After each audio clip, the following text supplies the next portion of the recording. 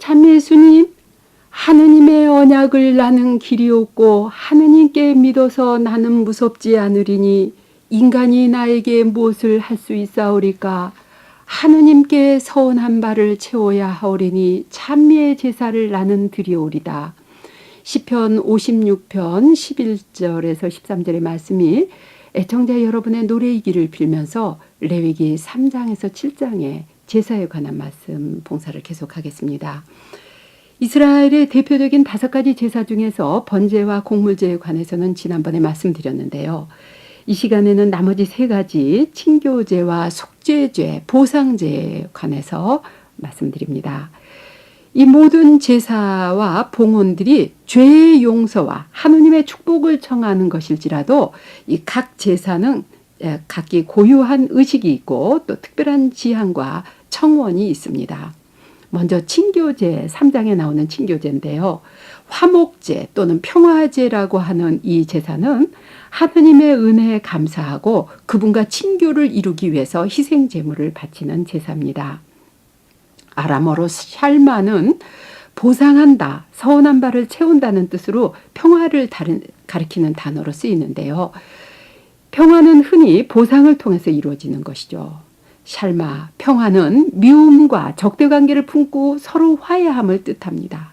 이 적대관계를 풀고 예수님께서도 제단에 예물을 드리려고 할 때 너에게 원한을 품고 있는 형제가 생각나거든 그 예물을 제단 앞에 두고 먼저 그를 찾아가서 화해하고 나서 돌아와 예물을 드려라고 마태복음 5장에서 말씀하고 계시죠. 형제와 먼저 화해함이 하느님께 제사 드리는 것보다 우선해야 한다는 것을 나타냅니다. 이 제사는 제물의 가장 좋은 부분이고 생명을 상징하는 제물의 기름기와 피를 불에 태워서 바칩니다. 기름은 힘이고 또는 영, 기쁨과 관련되고 빛을 상징하기도 하죠. 옛시대 기름은 성전과 성소 등잔에 불을 켜기 위해서 사용됐기 때문인데요. 이 빛은 하느님과 율법을 상징하기도 합니다. 기름은 또 물이 귀해서 목욕을 거의 하지 못하거나 아예 목욕이라는 말이 알려지지 않는 이 사막 지역에서 몸을 신선하게 해주고 사람을 기쁘게 해주는 것이 기름입니다. 살갗을 보호하고 피부 통증을 경감시켜주기 때문에 근동 지역에서는 아직도 기름과 버터를 약으로 쓰고 있어요.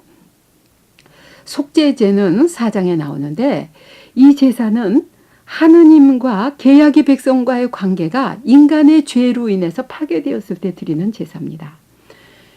속죄제는 이 3가지 범주로 나누는데 제사장이 범죄했을 때, 공동체가 죄를 범했을 때 또는 부족장이 죄를 범했을 때, 평민 개인이 범죄했을 때 이렇게 여러 계층에 따라서 나눠주고 있어요. 이 제사는 죄를 공적으로 고백하는 것이고 하느님께 돌아오는 회개의식이죠.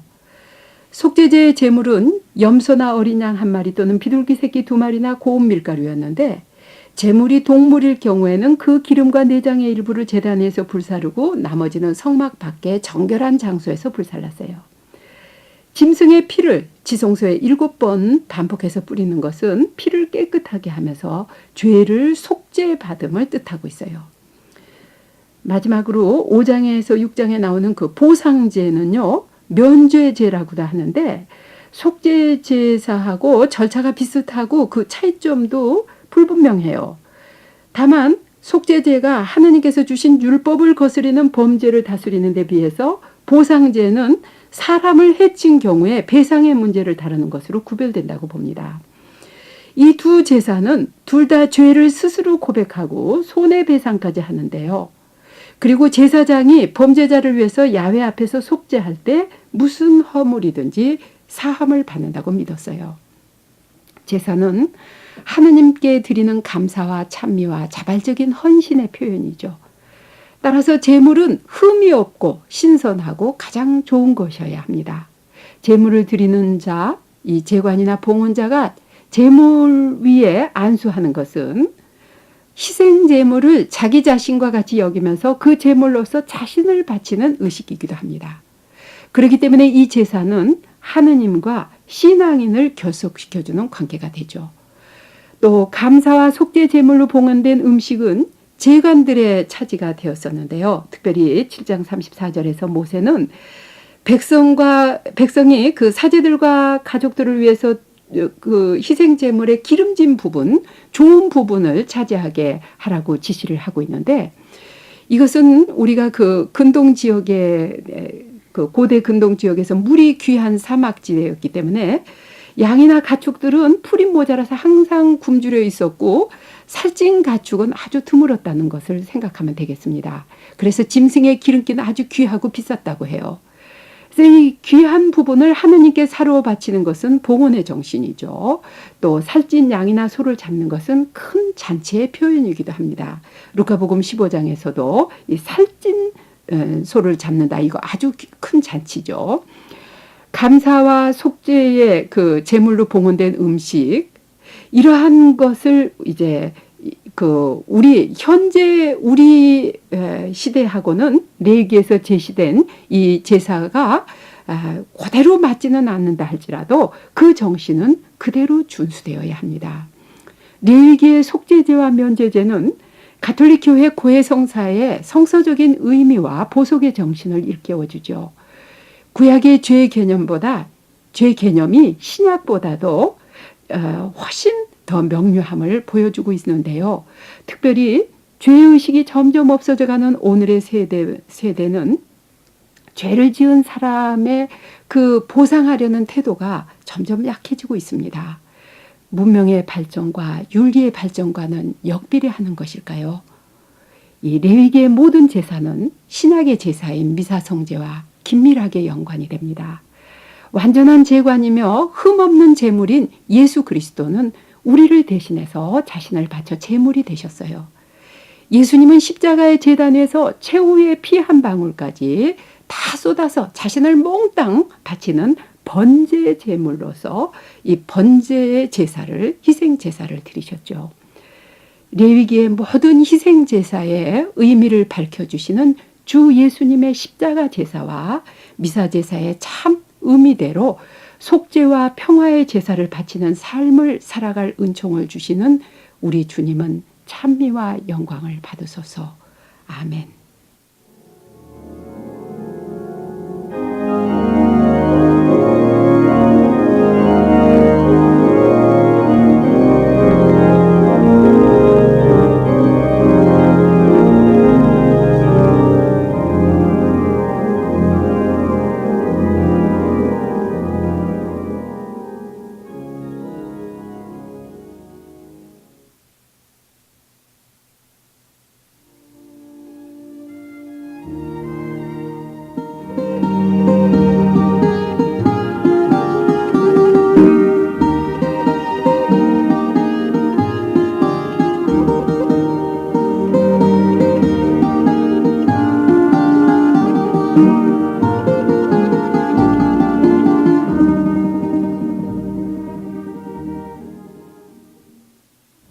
참 예수님, 티 없이 맑으신 당신 말씀이기에 당신 종은 이 말씀을 사랑하나이다.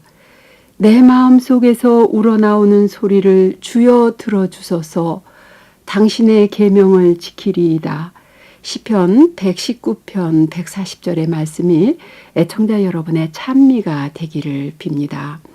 지난 시간에는 레위기 1장에서 7장까지 내용을 간추려서 해설했었는데요. 오늘부터는 다시 레위기 1장으로 돌아가서 전체 계회에서 하지 못한 이 말씀의 이삭을 주우면서 힘 주시는 만큼 봉사하겠습니다. 레위기는 1장 1절부터 번제물에 관한 규정을 제시하는데요. 주님께서 모세를 부르신 다음 만남의 천막에서 그에게 말씀하셨다. 너는 이스라엘의 자손들에게 일러라. 그들에게 이렇게 말하여라. 너희 가운데서 누가 짐승을 잡아 주님께 예물을 바칠 때에는 소떼나 양떼 가운데서 골라 예물을 바쳐야 한다. 소떼에서 고른 예물을 번제물로 바치려면 흠 없는 수컷으로 바쳐야 한다. 이렇게 1절부터 3절까지 말씀하고 계십니다. 유목민들에게 귀한 제사는 가축떼이죠. 목축은 물이 귀하고 풀이 많지 않은 근동 지역에서 아주 힘들고 인내해야 하는 노동이었습니다. 그 가축대에서 골라서 바쳐야 하는 것은 가장 좋은 것으로 흠없는 이 수컷으로 바치라고 했는데, 이것은 생명력과 힘이 넘치는 이 최상품을 예물로 골라서 바치라는 말씀입니다. 주님께 바치는 예물은 쓰고 남은 여분의 것이 아니라 자기 자신에게 가장 귀하고 아까운 것을 흠없는 것으로 골라서 바쳐야 한다는 뜻이죠. 각기 생업에 따라서 다르겠지만 현대인의 재물은 돈으로 환산된다고 할 수 있겠죠. 이 레위기 1장은 우리가 재물로 바치는 헌금의 태도와 마음가짐이 어떠해야 할지를 가르쳐주고 있어요. 소를 제물로 바칠 형편이 안 되는 사람은 작은 가축, 말하자면 양이나 염소 가운데서 예물을 골라 번제로 바치려고 하는데, 이건 역시 흠없는 수컷으로 바치라고 했습니다. 여기서도 형편이 닿는 것, 작은 것을 바칠지라도 제일 좋은 것으로 골라서 자기 수준에서 최상의 것을 바치라는 것이죠. 소를 바치는 사람이 경제적으로 상류층에 속한다면 양이나 염소의 예물은 아마 중류층에 속한다고 보겠죠. 그러나 그 작은 가축마저도 바칠 형편이 못 되는 가난한 사람은 날짐승 가운데서 주님을 위한 예물을 골라서 번제물로 바치는데, 그때 산비둘기나 집비둘기 가운데서 예물을 골라 바쳐야 한다고 했어요.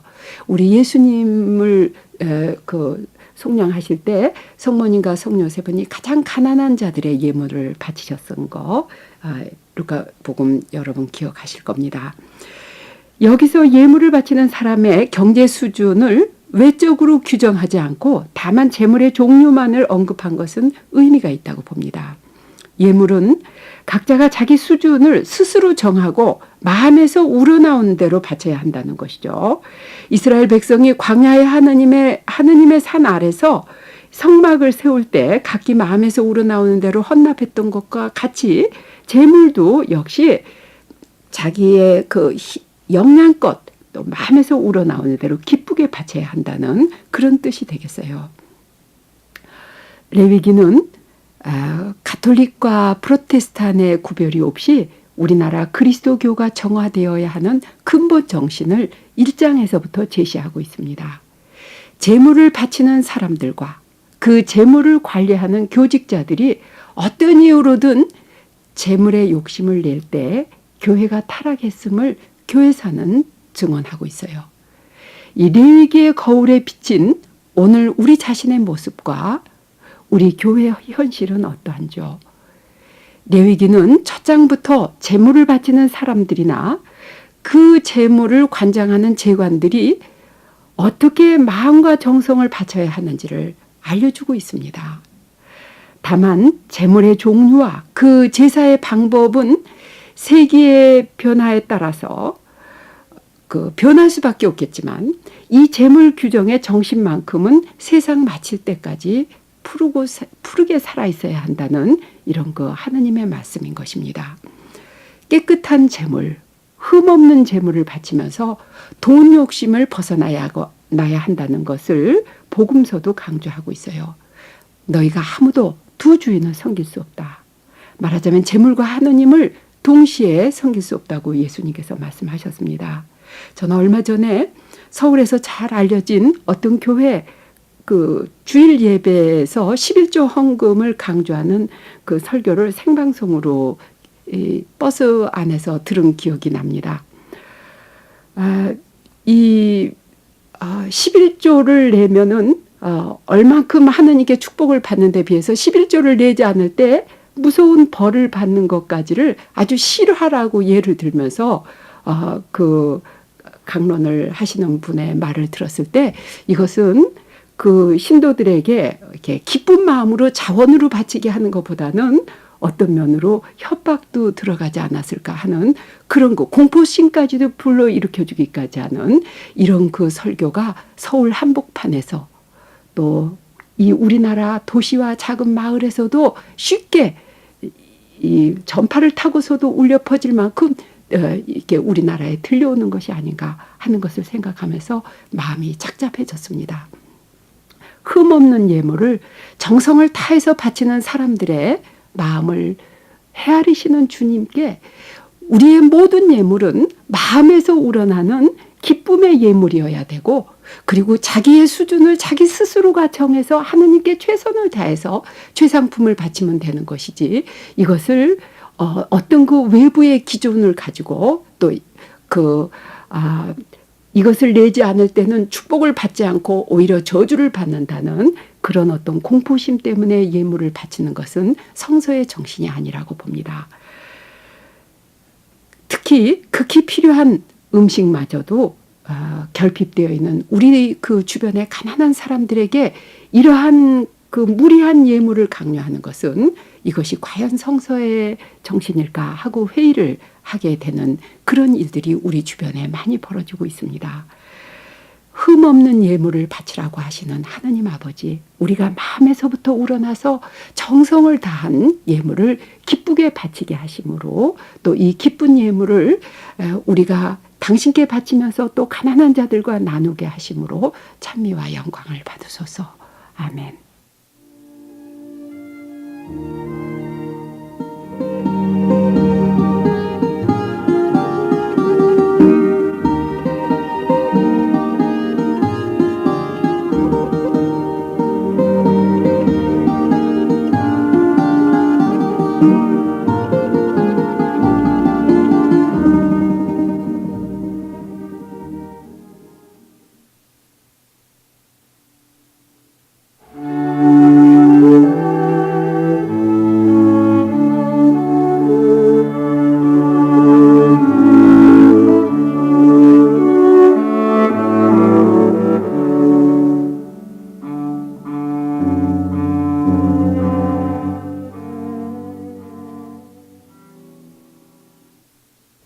찬미 예수님, 하느님 나의 제사는 통해의 정신, 하느님은 부서지고 낮추인 마음을 낮추하니 보시나이다.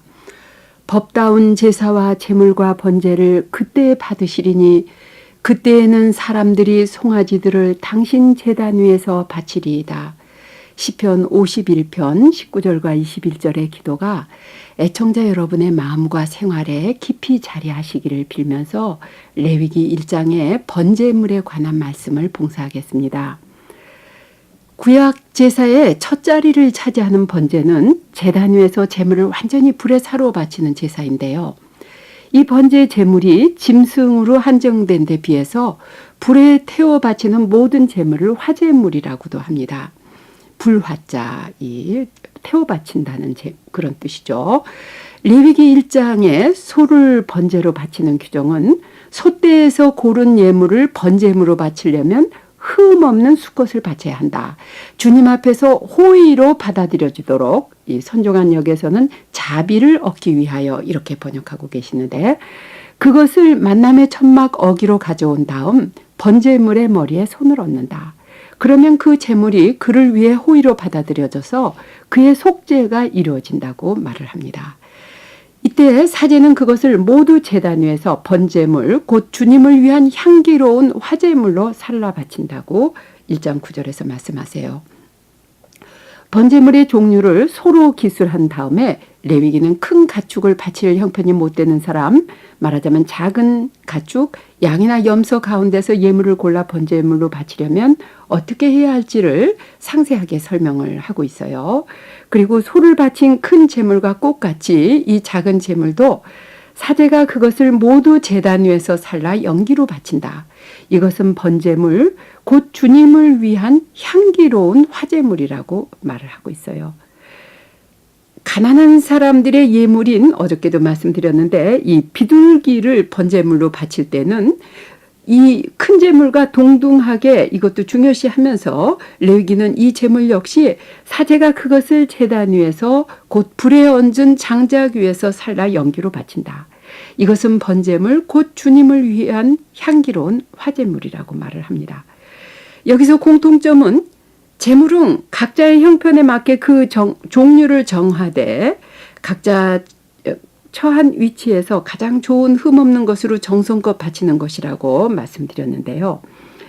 이 제물을 봉헌하는 사람은 그 제물과 자신을 동일시하는 뜻으로 제물로 택한 짐승의 머리를 손으로 꾹 눌러서 안수한 다음에 도사를 하는 것이 특징입니다. 그 제물의 피를 제관이 제단에 뿌리고 깨끗하게 준비된 제물을 제단 위에 올려놓고서 남김없이 불에 태워 바치는 것이 번제라고 했는데, 이 봉헌자의 정성과 제관의 역할은 번제가 예표하고 또 번제의 완성인 미사제사를 우리가 어떻게 준비하고 또 봉헌해야 할지를 예표하고 있습니다. 구약에서 매일 아침 저녁으로 바치던 번제, 이스라엘 백성이 광야에서 시작해서 약속의 땅에 정착해가지고 예루살렘 성전을 짓고 아침 저녁으로 사로 바치던 그 번제는 기원전 70년경에 세 번째 성전마저 파괴되어서 더 이상 성전에서 제사를 바칠 수 없을 때까지 대개 1000여 년을 바쳐오던 제사였어요.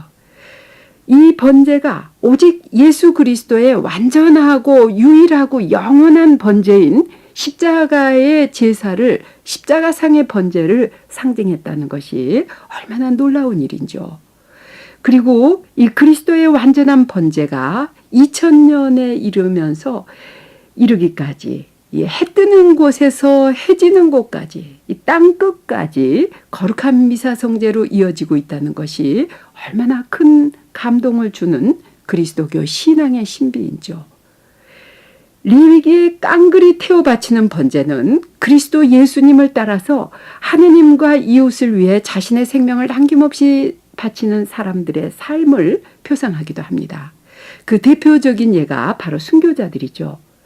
그리스도교의 창시자인 예수 그리스도 자신이 십자가 위에서 피를 남김없이 흘려서 이 피의 생명을 하느님 아버지께 깨끗한 제물로 바치시고 십자가를 제단으로 당신 스스로 이 제관이 되셔서 당신의 몸을 제물로 삼아 더없이 큰 사랑의 불로 남김없이 살로 바치셨어요.